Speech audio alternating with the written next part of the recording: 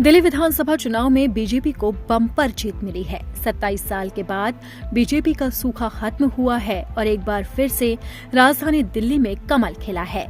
दिल्ली के अंदर बीजेपी ने बम्पर जीत के साथ ही ये साबित कर दिया है कि उसकी रणनीति कारगर हुई है। वहीं अब जीत के बाद भी बीजेपी फंसी हुई है, वो भी सीएम के चेहरे को लेकर।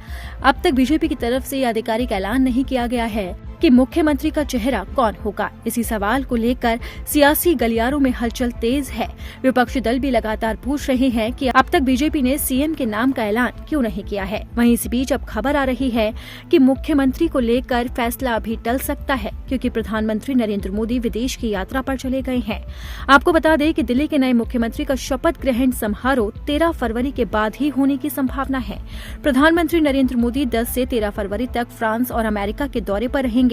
26 साल बाद सत्ता में वापसी कर रही बीजेपी चाहती है कि नई सरकार के शपथ ग्रहण समारोह में प्रधानमंत्री नरेंद्र मोदी मौजूद रहें।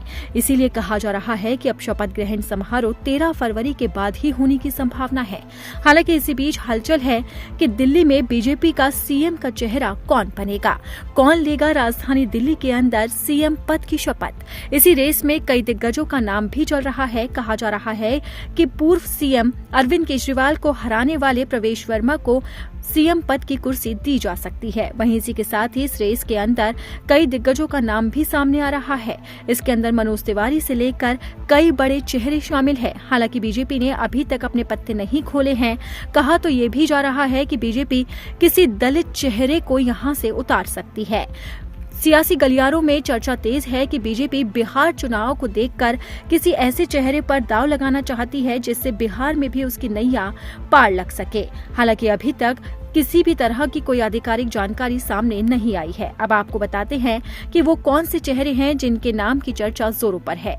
प्रवेश वर्मा के साथ साथ विजेंद्र गुप्ता का नाम भी काफी तेजी से चल रहा है। 2015 में जब दिल्ली विधानसभा में केवल 3 विधायक जीते थे तो उनमें से एक विजेंद्र गुप्ता थे। इसके बाद 2020 के विधानसभा चुनाव में भी उन्होंने अपनी सीट बचाए रखी और बीजेपी की लाज बचाई थी और इस बार भी उन्होंने जीत का डंका बजाया है। ऐसे में कहा जा रहा है कि उन्हें सीएम की कुर्सी मिल सकती है।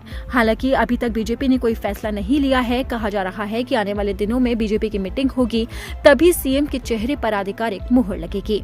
आपको बता दें कि दिल्ली विधानसभा की 70 सीटों में से बीजेपी ने 45 प्लस सीटें हासिल की है। इसी के साथ ही इस चुनाव में केजरीवाल को तगड़ा झटका लगा है। आप पार्टी को 20 से ज्यादा सीटें ही मिल पाई है, इसीलिए उन्हें 12 साल के बाद दिल्ली की सत्ता से बेदखल होना पड़ा है।